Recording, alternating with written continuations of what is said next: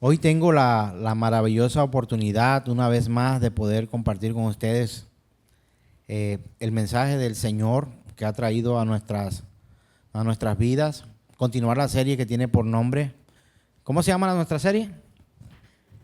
El mensaje del Señor a su iglesia. Ese es el nombre que le hemos colocado.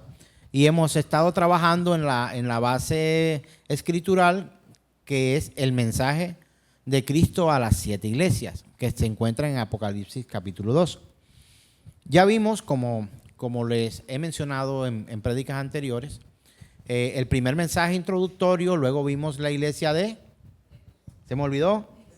De Éfeso, muy bien, la iglesia de Éfeso, y pasamos un mes y medio casi estudiando acerca de la iglesia de Éfeso.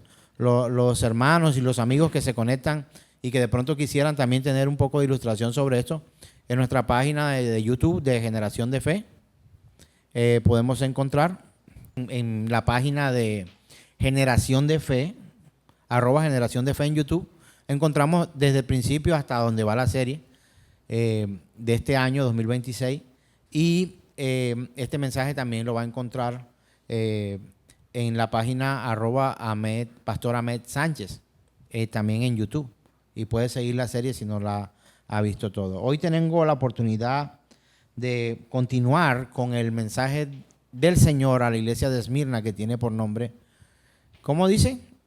Enfrentando, ya lo tenemos en pantalla, ¿se ve allí? Enfrentando el sufrimiento. De los hermanos que está acá, me levanta la mano el que diga: a mí me encanta sufrir. ¿A quién le gustaría un sufrimiento extra esta semana? No, pasa. No queremos sufrimiento, ¿verdad? Pero quiero recordarle que el sufrimiento hace parte también de las promesas que el Señor le ha hecho a su iglesia. Y de hecho no solo la iglesia sufre, hermano, el mundo sufre. Pero hay una gran diferencia entre el sufrimiento del mundo y el sufrimiento de los creyentes, y eso lo vamos a ver. Primero vamos a ir a la escritura para leer y ponernos en contexto en la escritura en Apocalipsis capítulo 2, verso 8 al 11.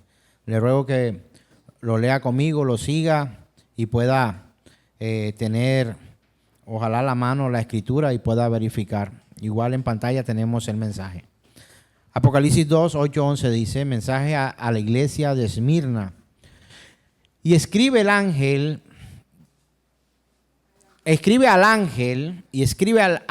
de la iglesia en Esmirna, el primero y el último, el que estuvo muerto y ha vuelto a la vida, dice esto, verso 9: yo conozco tu tribulación y tu pobreza, pero tú eres rico, y la blasfemia de los que se dicen ser judíos y no lo son, sino que son sinagoga de Satanás.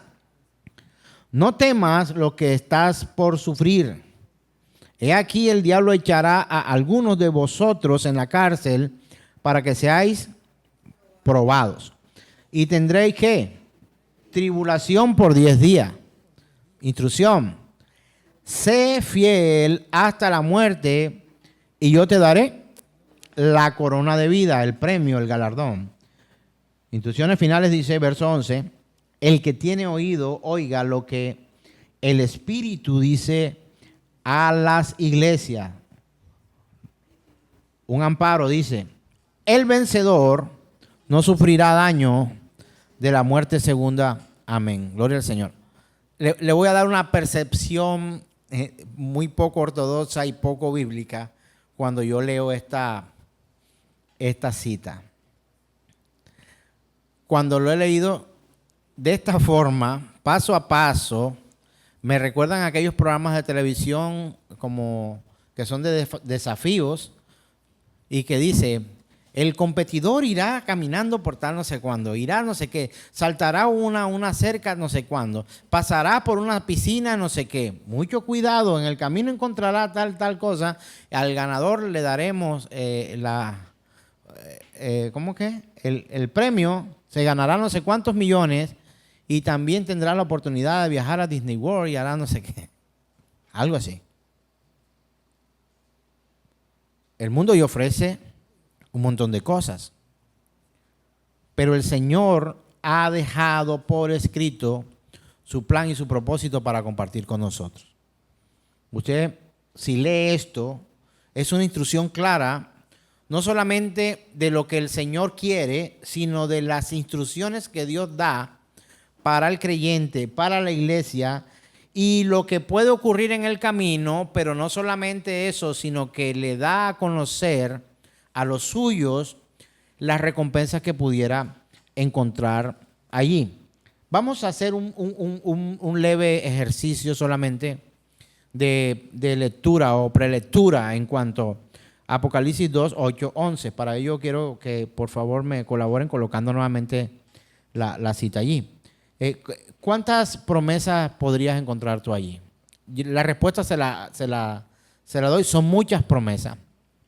Pero yo quiero que usted busque galardones, premios. ¿Qué premios usted encuentra allí? Vaya leyendo una vez más. Escribe al ángel de la iglesia en Esmirna, el primero y el último, el que estuvo muerto y ha vuelto a la vida. Dice esto: conozco tu tribulación y tu pobreza, pero tú eres rico. Y la blasfemia de los que se dicen ser judíos y no lo son, sino que son sinagoga de Satanás. No temas lo que estás por sufrir. He aquí, el diablo echará a algunos de vosotros en la cárcel para que seáis probados. Y tendréis tribulación por 10 días. Sé fiel hasta la muerte y yo te daré la corona de vida. El que tiene oído, oiga lo que el Espíritu dice a las iglesias. El vencedor no sufrirá daño de la muerte segunda. ¿Encontró algunos premios ahí en el camino? Número 1, corona de vida. Número 2, no sufrirá daño de la muerte segunda. Estos son los más importantes que encontramos acá. Pero hay otras cositas allí en el que el Señor dice que a pesar de que va a haber sufrimiento, no tengas temor. Él va a amparar allí. Por ejemplo, hay aquí una cantidad de información para que nosotros podamos estar viviendo de manera segura en las manos de nuestro Dios Todopoderoso. Así que, como el nombre de nuestro mensaje el día de hoy, ¿me lo recuerda? ¿Se me ha olvidado? Enfrentando el sufrimiento. ¿Quién de nosotros no ha sufrido? Hermanos y hermanas, uno sufre desde que nace. El paso del útero a una camilla fría, metálica, hermano, ahí hay un sufrimiento. O sea, tú y yo sufrimos desde que nacemos. De hecho, sufrimos dentro del vientre muchas veces. Que el cordón enredado, que se puso de cabeza en el tiempo que no era, que está enredado, que no sé cuándo. Mi hermano, antes de nacer, tenía enredado el cordón umbilical en el cuello, lo estaba asfixiando. Ese tipo de cosas hemos podido nosotros notar que incluso dentro del vientre también los seres humanos experimentamos sufrimiento. Y el Señor ha prometido salvación. Pero esto no es muy llamativo y esto no es muy popular predicarlo porque puede quitarme seguidores, pero estoy obligado a predicar la verdad. El Señor ofrece salvación, pero quiero decirte otra cosa. El Señor también ofrece sufrimiento. El Señor ofrece sufrimiento. Usted de pronto dirá, no, pero pregunto, ¿es el mundo el que ofrece sufrimiento o es Dios el que ofrece sufrimiento?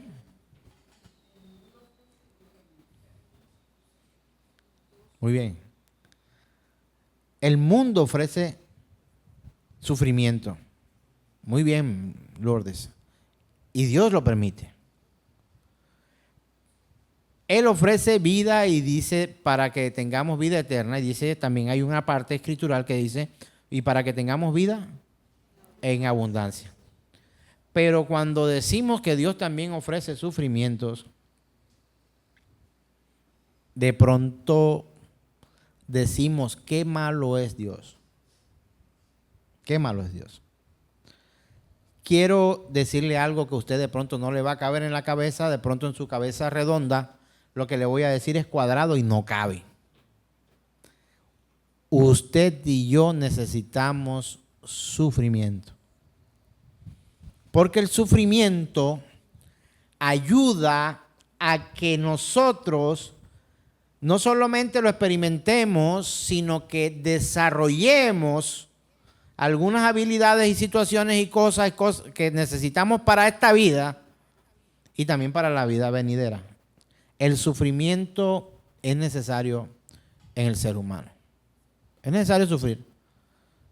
Usted no ha visto que cuando... ¿A cuántos de los que está aquí le encanta llorar? Ay, pastor, a mí me encanta llorar. Me fascina llorar, pastor. Creo que eso no es así real. Pero algo sí sé que ocurre, y es que desde que uno nace, si tú no lloras, es un problema. ¿Sí o no? Y lo hemos visto.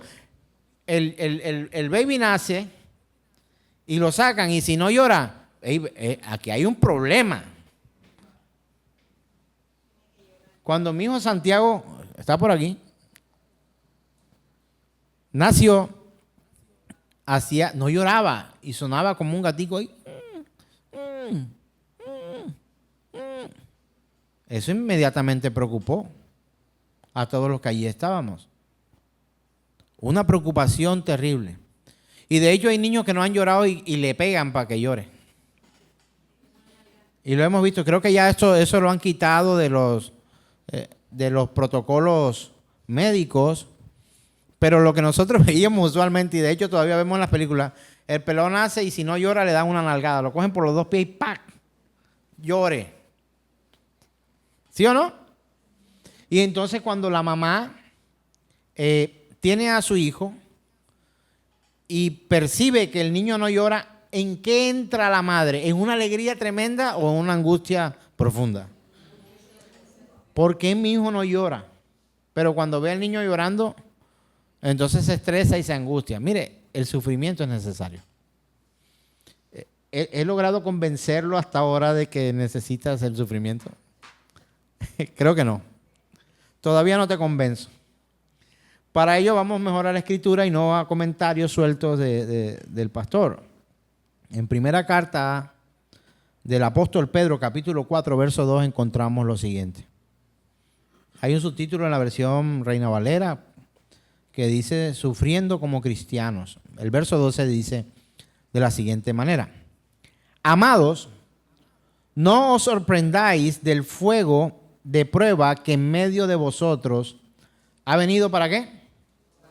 Para probaros, como si alguna cosa extraña os estuviera aconteciendo. ¿Alguna vez ha estado usted tan tranquilo, pasivo, que percibe, que tiene, que puede, y usted no ha llegado a preocuparse de que todo le salga bien?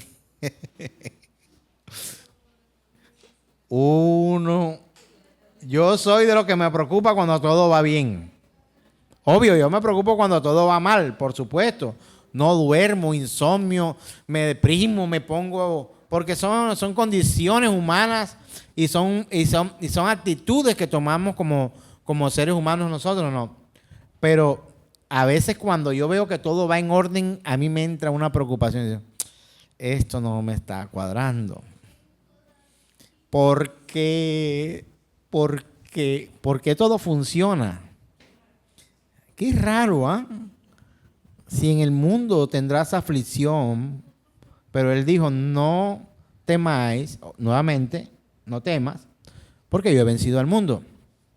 Entonces, cuando hay presencia de sufrimiento, nos dolemos y estamos preocupados. ¿Es o no es? Pero yo no sé si soy el único que cuando hay ausencia de sufrimiento también se preocupa.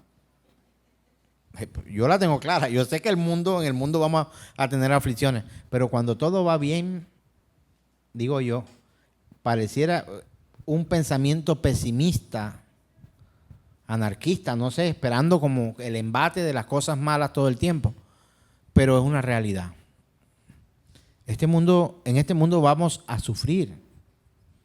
Y la Escritura lo dice claramente.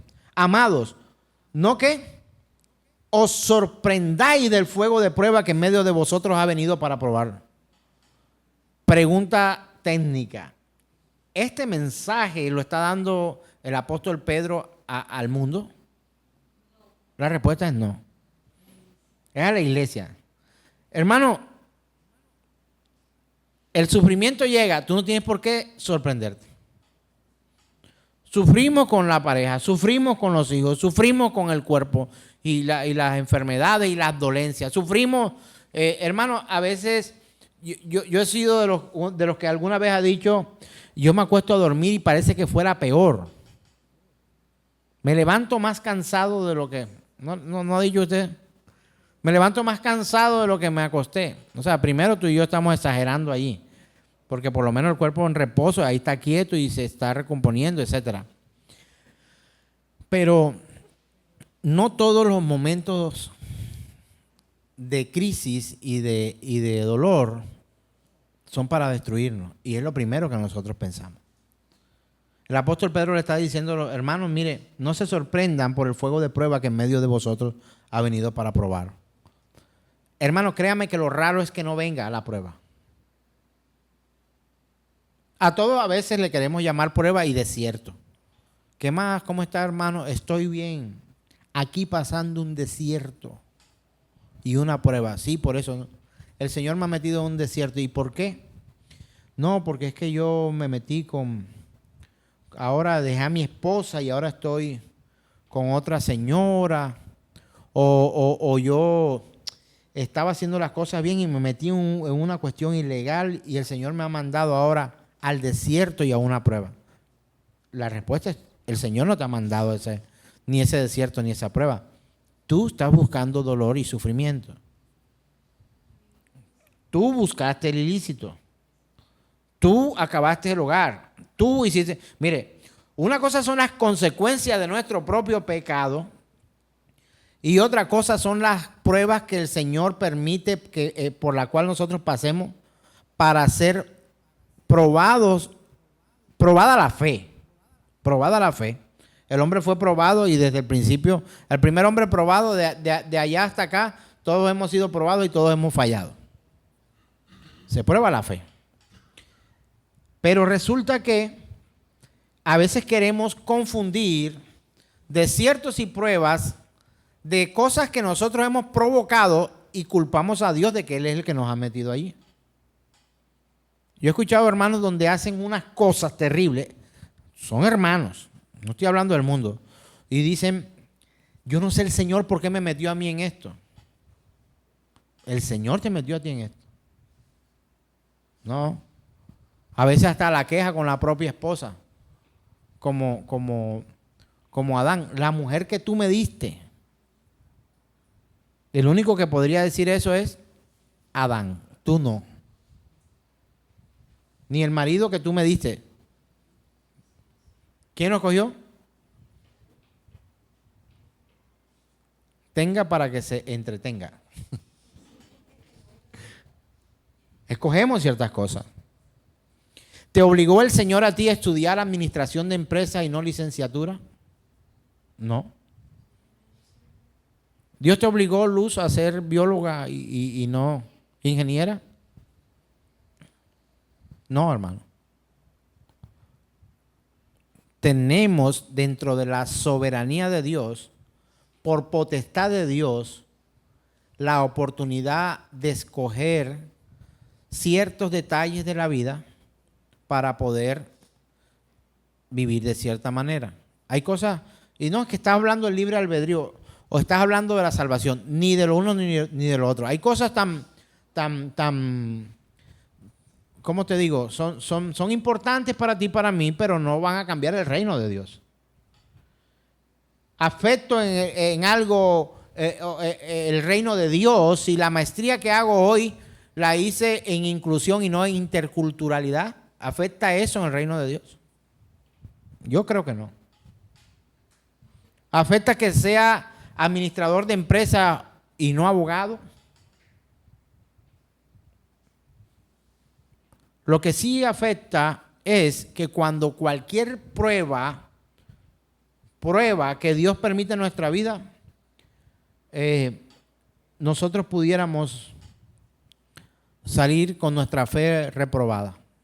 Hay una pregunta que el Señor hace en la Escritura y dice, cuando vuelva el Señor encontrará fe en la tierra. ¿Usted qué cree? Yo creo que sí. Esa pregunta quedó sin respuesta. Pero si no encuentra fe cuando el Señor vuelva, entonces no se va a llevar a nadie. Porque los creyentes son los que iremos con Él a las moradas que Él ha preparado para nosotros. Pero era una pregunta retórica, era algo para poder confrontarnos a nosotros si es que somos tan débiles en la fe. Porque la Biblia habla de unos fuertes en fe y unos débiles en la fe. ¿Quién crees tú que es un fuerte en la fe? ¿El que más estudia? ¿El que más viene a culto los domingos? ¿El que estudia la escuela? ¿El que trae más para compartir con los hermanos? ¿Cómo se fortalece la fe?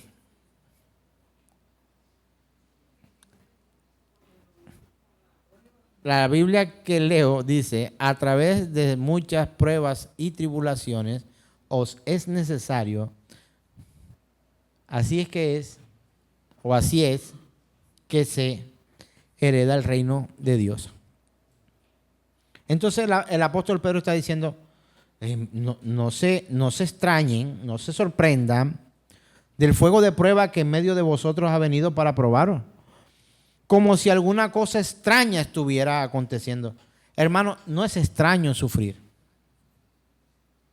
Pero ¿qué ofrece este mundo? Pare de sufrir. No, en cuanto a la religión, ven a nuestra congregación para que los problemas se acaben. ¿Es correctamente, es un pensamiento correcto invitar a alguien, ven a la iglesia para que no sufras? No, hermano. Si algo del testimonio de vida que puedo contar es que a los 3 días de haber entregado mi vida al Señor se muere mi hija. Ahora, ¿a todos los que se entregan al Señor se le tiene que morir la hija? No. Pero cuando yo leo algo como esto, dice, no te sorprendas de que estas cosas pasen. Fue probada nuestra fe. Y mi esposa en cama, yo le dije a ella antes de salir de aquella habitación de la clínica, le dije, hoy va a ser el día en que nos vamos a poner la camiseta. O por lo menos yo, o me pongo la camiseta, hablando del partido de fútbol, no, del equipo al que pertenecía. O me pongo la camiseta del equipo del diablo bien puesta, o me pongo la camiseta del equipo de Dios. Hoy es el día en que voy a definir esto. Y salí.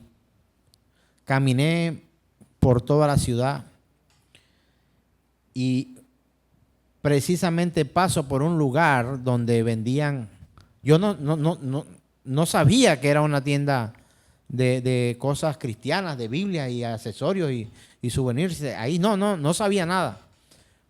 Pero había una camiseta colgada a la vista de mi paso que decía, era una camiseta azul que decía, Jesucristo poderoso en obra. Esa camiseta la tuve hasta hace poco en casa. Compré una para mí y una para mi esposa. 3 días de haber entregado nuestra vida al Cristo. De que Él nos había visitado, nos había confrontado, nos había llamado y nosotros habíamos entregado no el corazón ni abierto el corazón, nos ha entregado nuestra vida al Señor. Señor, ahora vamos a vivir como tú quieres. Y nos vamos a esforzar y vamos a darlo todo y vamos a trabajar para ti. 3 días después de eso, la muerte de mi hija, de nuestra hija. Doloroso. Créame que cuando pasó el tiempo y no hubo pan en casa, para mí, que no hubiera pan en casa me parecía una prueba mayor o menor. Menor. Imagínate, si me paré firme el día en el Señor. Ahora, el que esté firme, mire que no vaya y caiga, dice la Escritura. Pero el día que no hubo pan en casa, ahora me voy a salir de esto, ahora que no estoy, ahora que me entregué a Cristo, ahora no hay pan en casa. Pero venía una y otra vez a mi cabeza y decía, caramba, si no me puse la camiseta del diablo el día que mi hija murió, ahora me voy a poner la camiseta del diablo el día que no tengo pan en casa. No, el Señor proveerá, de algún lugar saldrá el alimento.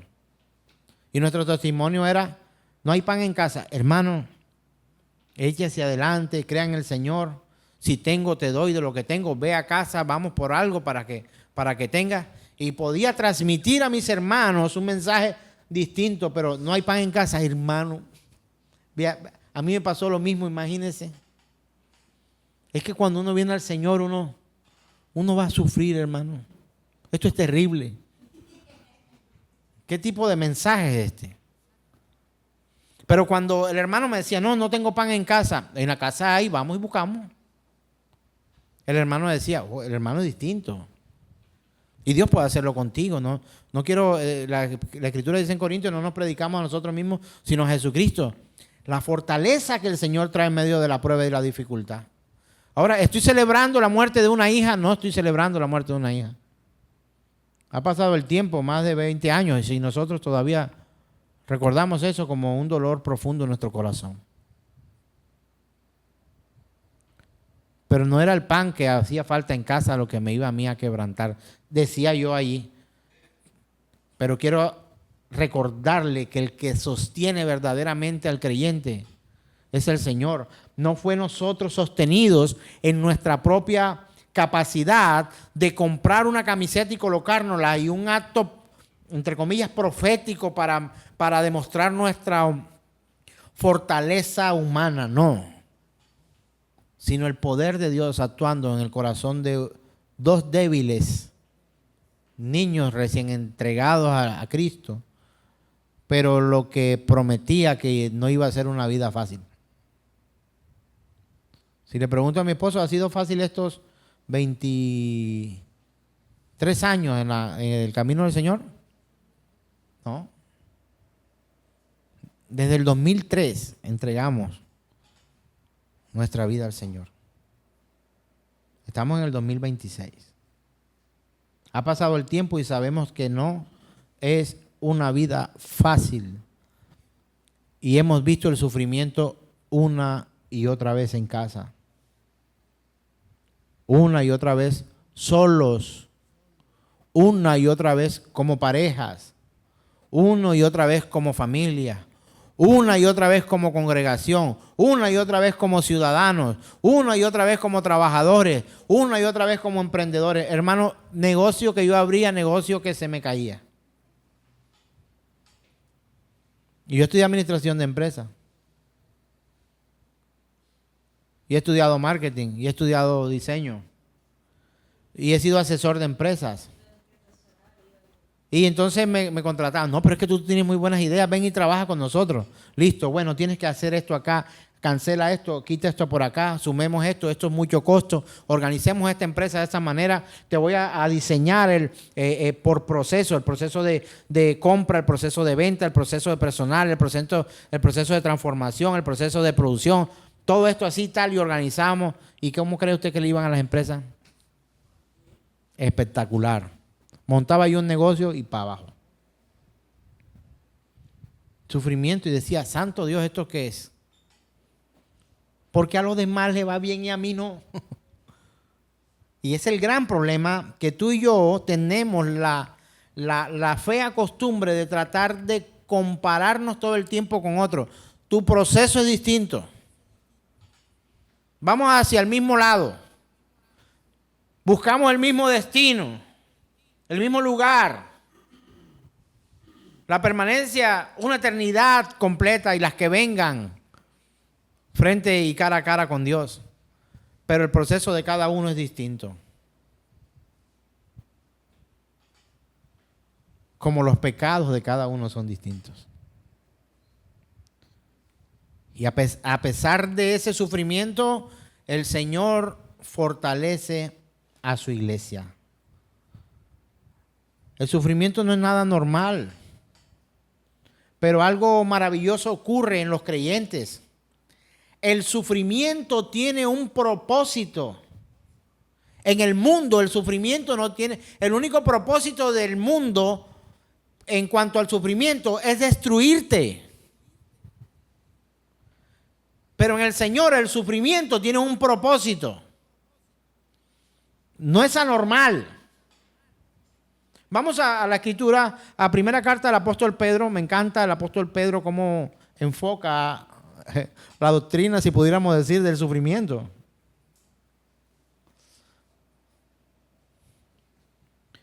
Primera carta del apóstol Pedro, capítulo 5, verso 10, dice: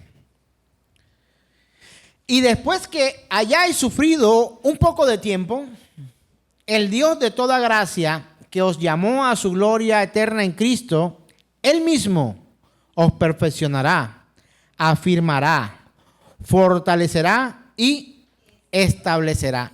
Propósito de Dios. ¿Quieres saber cuál es el propósito del mundo? Te lo repito una vez más. Destrucción. El sufrimiento en el mundo, su propósito es destruirte, acabar contigo. Mire, el diablo está buscando inquilinos en el infierno. Te lo digo más bíblicamente, anda como león rugiente buscando a quien devorar.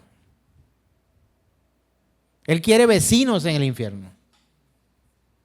¿A cuánto le gustaría tener de vecino al diablo? Por ahí hay una hermana que tiene un vecino que, bueno, y eso que no es el diablo. Pastor, mi vecino. Pastor, mi vecina. Son unas almas de Dios. Bueno, no sabemos, no conozco si son hermanos realmente. Pero algo le digo. Es mejor ser vecino de ellos que ser vecino del diablo.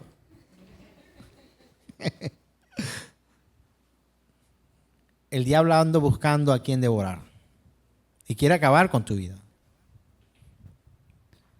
Quiere que los escogidos sean tropezados para que caigan. Pero maravillosamente la Escritura dice que si el justo cae, el Señor lo levanta. ¿Acaso no es hermoso nuestro Dios? Pero cuando tú y yo caemos, ¿qué hace el enemigo? Tratará de hundirte, de hundirte, de hundirte. ¿Alguna vez no jugaste con un primo mayor que tú y más grande en la piscina o en la playa? Que trataba tú a salir a buscar aire en la piscina y él, mientras todo era risas alrededor tuyo, el único que sufría eres tú.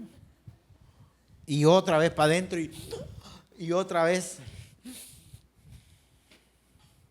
Algo más o menos así actúa el diablo en la vida de nosotros.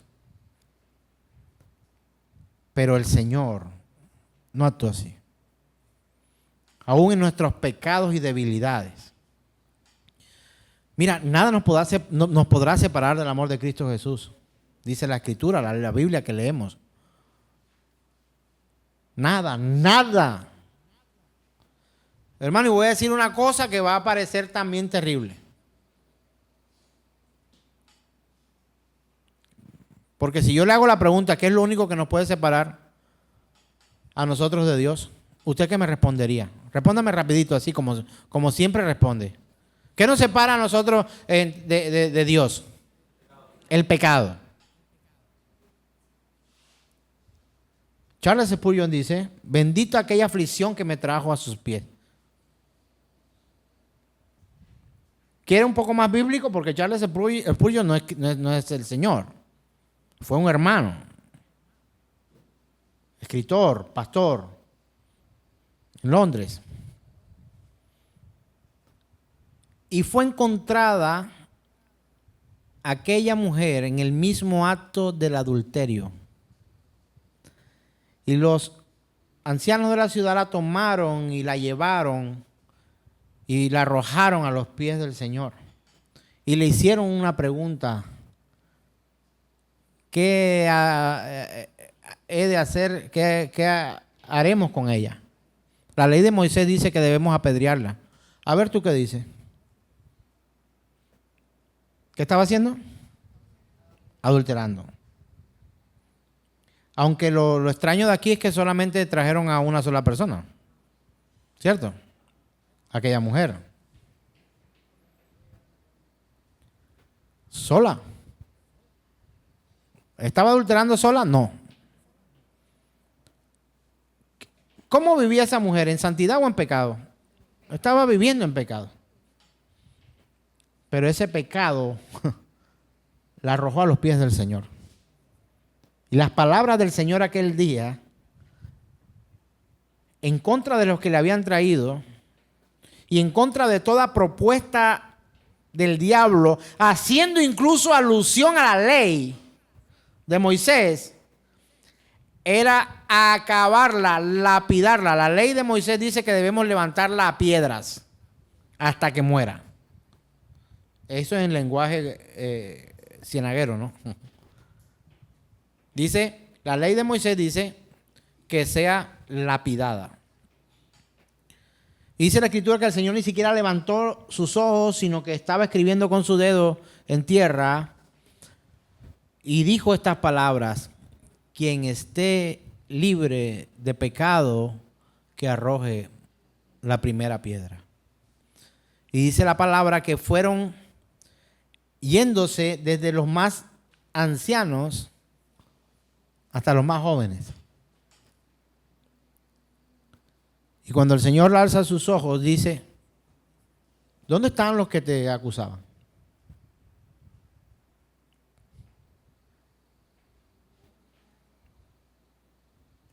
Y aquella dijo: se han ido. Y él dijo: ni yo te condeno, ve y no peques más. ¿Está el pastor Ahmed hoy promoviendo la vida de pecado para que pueda ser arrojado a los pies de Cristo? No. Pero cuando el Señor visitó mi vida, yo no estaba santo, yo. Él visitó mi vida no el día que, digo, el día que creí. Porque dice la Escritura que fuimos predestinados antes de la fundación del mundo. Antes de la fundación del mundo, hermano, no había vaca, perro, gato, no había mundo. Y el Señor también me levantó aquel día. Aquel día creí. Y Él me levantó en sufrimiento. Hermanos, volvamos a primera carta de Pedro 5:10. Y después de que hayáis sufrido un poco de tiempo, el Dios de toda gracia que os llamó a su gloria eterna en Cristo, Él mismo os perfeccionará, afirmará, fortalecerá y establecerá. Hermano, el sufrimiento tiene un propósito. ¿Cuál es el propósito del sufrimiento? Léalo conmigo. Perfeccionar, nos perfeccionará, nos afirmará, nos fortalecerá y nos establecerá. Ahora, ¿quién no quiere ser perfeccionado aquí? No te estoy diciendo que tú eres perfecto, pero tú y yo vamos a ser perfeccionados en Cristo Jesús. Ahora, yo estoy diciendo, ¿el pecado es lo que nos va a hacer que esto ocurra? No. Mucho cuidado de confundir aquí las palabras y pensar que es el pecado el que nos va a perfeccionar, hermano. Contextualicemos, ¿no? La prueba, vamos otra vez. Primera de Pedro 5:10. Y después de que haya ¿qué? ¿Cuál es la acción acá importante? Sufrir. Un poco de tiempo. Entonces ahora, el Dios de toda gracia que os llamó a su gloria eterna en Cristo Jesús, Él mismo, ¿quién va a perfeccionarnos? El Señor. ¿Nos va a qué? A perfeccionar. Luego, ¿qué va a hacer? Nos va a afirmar. Luego, ¿qué va a hacer? Nos va a fortalecer. Y luego, ¿qué va a hacer? Nos va a establecer. ¿Establecer como qué? Como su iglesia. Nos va a fortalecer ¿cómo? Como su iglesia. Nos va a afirmar ¿cómo? Como su iglesia. Y nos va a perfeccionar ¿cómo? Como su iglesia. Viene detrás hacia adelante. Como iglesia nos toma y Él nos perfecciona, nos afirma, nos fortalece y nos establece. Ahora pregunto otra vez, vamos a ver si cambiaron de opinión. ¿Cuántos quieren sufrir? Si ese es el propósito. Uy, todavía hay cobardes aquí entre nosotros. No. Es que no queremos sufrir, hermano. Qué bueno que esto pudiera ocurrir sin que suframos, ¿verdad? ¿Cuántos quieren bajar de peso sin ir al gimnasio y dejar de comer? Oye, para bajar de peso deberíamos, ¿por qué mejor en vez de cambiarlo por comer bien y dormir más y hacer ejercicio? Déjenmelo solo en dormir más. Porque una de las razones por las cuales a veces uno no baja de peso es porque uno no duerme. ¿Sabía usted eso? Biológicamente el cuerpo necesita limpiar y borrar incluso en el cerebro y la mente la basurita que queda ahí. Y cuando dormimos es que hay un restablecimiento de nuestro sistema biológico, humano. Nuestro cuerpo, los músculos, todo. El procesamiento de grasa, todas esas cuestiones. El descanso es el que trae. Entonces, mis hermanos, usted y yo quisiéramos eso. Quitemos el ejercicio y quitemos la vagabundina de comer todo lo que se nos atraviesa en el camino. Pero entonces dejémoslas en dormir nada más. No, hermano. Queremos fácil todo.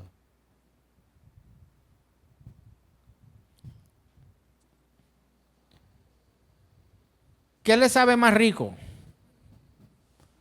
Salir de casa. Vamos a ponerlo más agropecuario. Salir del rancho. Caminar hasta el árbol de naranja. Subirse al árbol de naranja. ¿Alguien conoce un árbol de naranja? Es muy fácil. Vamos a abrazar al árbol de naranja. Hermano, tiene espinas. ¿Sí o no? Bajar las naranjas. Cargarlas hasta casa. Llegar a casa. Partirla. Exprimirla y luego tomarnos un jugo. O ir a la tienda de la esquina o un domicilio. Me trae 2 sobres de naranja. No, porque si tú lo que quieres es jugo de naranja ya, pues llama al domiciliario y que te traiga naranja. Hermanos, no. Vamos a hacerlo a lo carismático. Diga proceso. Hermano, proceso. Hermana, proceso. Vamos a hacerlo otra vez carismático. Mire el que está a su lado como en algún momento hacíamos. Y dígale, hermana, estoy en el proceso. ¿Te acuerdas que antes hacíamos así de esa manera? Hermano, estamos en proceso. Armando, estamos en proceso, ¿no? Hermano, ¿usted ve un producto terminado aquí? No. Yo tampoco. Proceso. El consuelo nuestro como creyentes es saber que no nos esforzamos y aguantamos el sufrimiento sin propósito. Es que si sufrimos, llegamos a la conclusión muchas veces, como Charles Spurgeon dijo, bendito sea la aflicción que me trajo a sus pies. Y cuando uno pasa ese tiempo, uno dice, Dios es sabio. Se da cuenta de que uno, la sabiduría de Dios, aprendí un atributo nuevo de Dios. Es que si Dios no hubiera hecho eso, yo no sabía lo que venía, pero si Dios no hubiera hecho eso antes, imagínese usted yo cómo hubiera quedado. Y yo llorando y sufriendo por eso. Aprendimos otro atributo de Dios. Omnisciencia. Él sabe lo que pasó, lo que pasa y lo que ha de pasar. Él sabe. Ok. Estamos conociendo. Hermanos, los atributos de Dios se manifiestan en nuestras vidas ante nuestros ojos y muchas veces no nos damos ni cuenta. Pero mira, todo el tiempo de sufrimiento que he vivido, Dios, yo he sentido que ha estado a mi lado. ¿Usted no alguna vez no ha dicho eso? Y uno dice, qué fiel es Dios. Otro atributo de Dios. Y le digo esto porque una vez aquí hasta pusimos un cartel aquí completo con todos los atributos de Dios. Si usted no se los aprendió con el cartel, lo tienes que aprender ahora con tu propia vida. ¿Qué prefieres, el cartel o con tu propia vida? Aunque esté el cartel, lo vas a aprender con tu propia vida. Cartel, pero con tu propia vida. Y te das cuenta que Dios es fiel, que Dios es justo. ¿Cómo te das cuenta que Dios es justo? Cuando se viene una injusticia sobre tu vida y Dios mete su mano poderosa, su voluntad soberana y le demuestra a todo el mundo que lo que estaban haciendo contigo era injusto. Y entonces viene Él y hace justicia. Y tú y los demás dicen, Dios es justo. ¿Cuántas veces tú y yo no hemos sufrido por injusticia? Y hemos llorado, ¿verdad?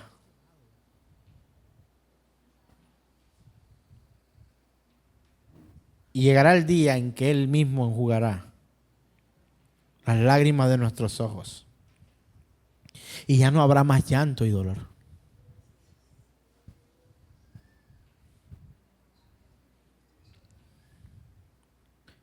Vamos a la palabra, Apóstol Santiago, capítulo 1, versos 3 al 4. Mire el sufrimiento. Mire lo que ocurre aquí. Esto es sufrimiento, hermano. ¿Ya lo tenemos? Aquí. Bien. Sabiendo que la prueba de nuestra fe, hermano, ¿qué es lo que es probado? Es la fe. Hermano, el hombre fue probado y ya falló. Falló desde Adán. Imagínense, si Adán es el primer hombre. ¿Cuántos hombres han fallado? Todos. Sabiendo que la prueba de vuestra fe produce y que la paciencia tenga su perfecto resultado, para que seáis perfectos y completos, sin que os falte nada. Hay una versión distinta que dice, y tenga la paciencia su obra completa.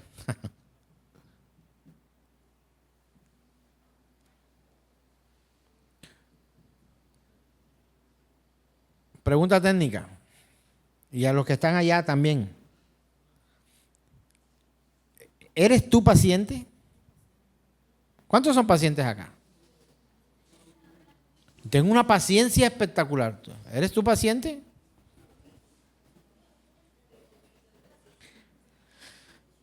Porque si tú no eres paciente, te vas a perder de la perfección que la prueba trae cuando nuestra fe es probada.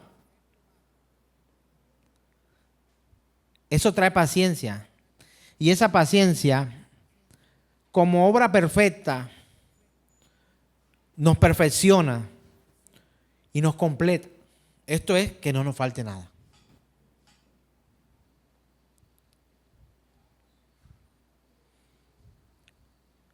Quiero leer textualmente lo que el pastor John MacArthur escribió en su libro El llamado de Cristo a reformar la iglesia.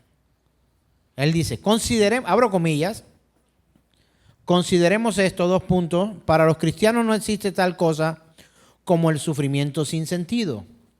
El Señor está siempre refinándonos y afilándonos para la edificación de su iglesia. También debemos considerar los efectos purificadores.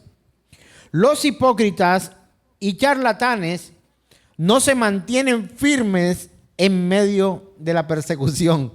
Ellos huyen. Fin de la cita. Gloria a Dios por la vida del pastor John MacArthur. Me encanta esto. Las pruebas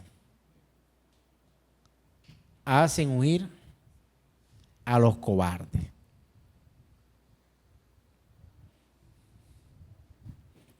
Los hipócritas, los charlatanes, no se mantienen en la prueba.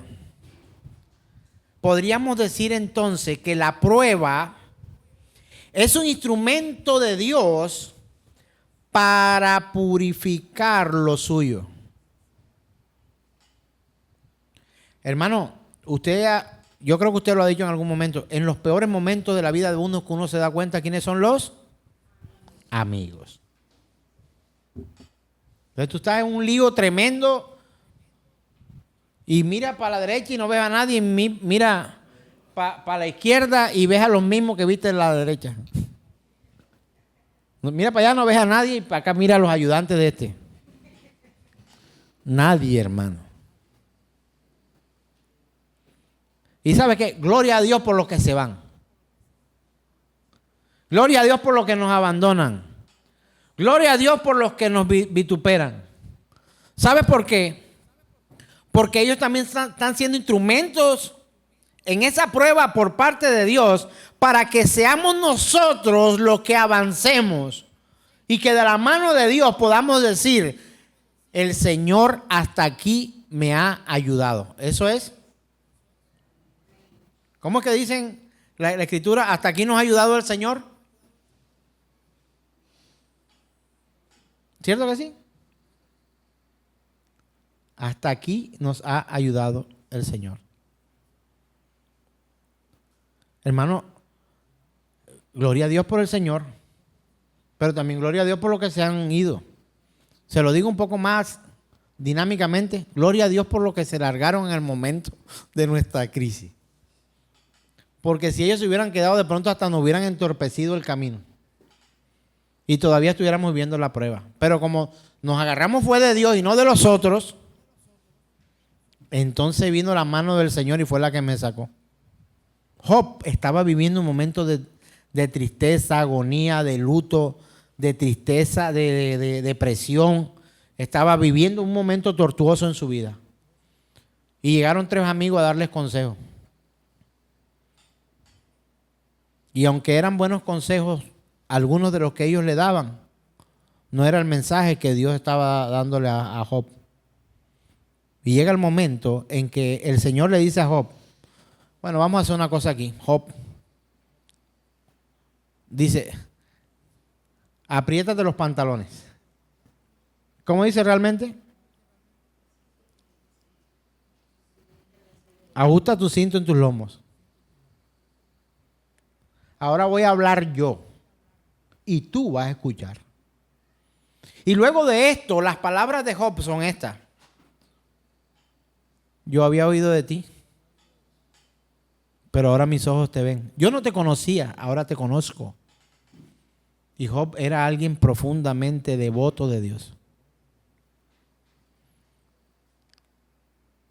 ¿Sabe quiénes también se largan de la iglesia cuando viene la prueba? Los herejes, la falsa doctrina. O sea, puede ser como una herramienta de Dios para purificar también la iglesia, para sacar a los falsos maestros. Mira, ellos no pueden sostenerse en el tiempo. Las falsas doctrinas caen. El evangelio verdadero del Señor permanece para siempre. El cielo y la tierra pasará, pero mi palabra no pasará. La palabra de Dios permanecerá para siempre. O dígame si usted y yo antes no creíamos una cosa que alguien nos la había explicado y aparentemente con la Biblia, y luego de estudiar la Escritura nos hemos dado, no, me engañaron. La falsa doctrina acabó, pero la palabra de Dios era la misma que habías leído hacía unos cuantos años. Pero ahora te das cuenta que la palabra de Dios no cambió, Él cambió tu vida. Y ahora ves la realidad de su verdad. Así que la prueba es una purga para los que predican un falso evangelio. Tú te puedes imaginar, yo quisiera que esto llegara a pasar un día, el día en que no hay dinero para entrar a una congregación. No hay dinero para las grandes congregaciones, grandotas en tamaño, pero con una doctrina falsa. Hermanos, están casi que muy llenas todas. Pregunto, el día que ellos dejen de dar dinero, ¿se mantienen? No se mantienen. El dinero mantiene a esos maestros y esos maestros mantienen a esos falsos creyentes. Esos falsos creyentes mantienen a esos falsos maestros. Y esos falsos maestros mantienen su mentira y esos falsos creyentes siguen creyendo. Y se sostienen el uno al otro ahí. Pero con que le cambies a ellos solo lo del dinero, ¿cuántos quedarán predicando la verdad del Señor? Pero cuando escucho testimonios de hermanos que ni el que predica ni los que están allí tienen dinero, sino que lo que se mantiene es la palabra de Dios, hermano, eso parece más iglesia que muchas otras. ¿Se necesita el dinero para ir a predicar? Hermano, la verdad, sí. Pero si no hubiera dinero, entonces no predicamos. Pues la verdad no dice eso. A pesar de no tener ingresos de dinero, la Biblia dice que seamos fieles y sigamos predicando. Esmirna sufrió. Esmirna sufrió. Fue perseguida. Pero la persecución, no solamente la Biblia lo ilustra, sino la historia lo demuestra. La persecución y el sufrimiento no ha acabado ni acabará con la iglesia del Señor, sino que la iglesia del Señor se mantendrá fiel hasta la muerte.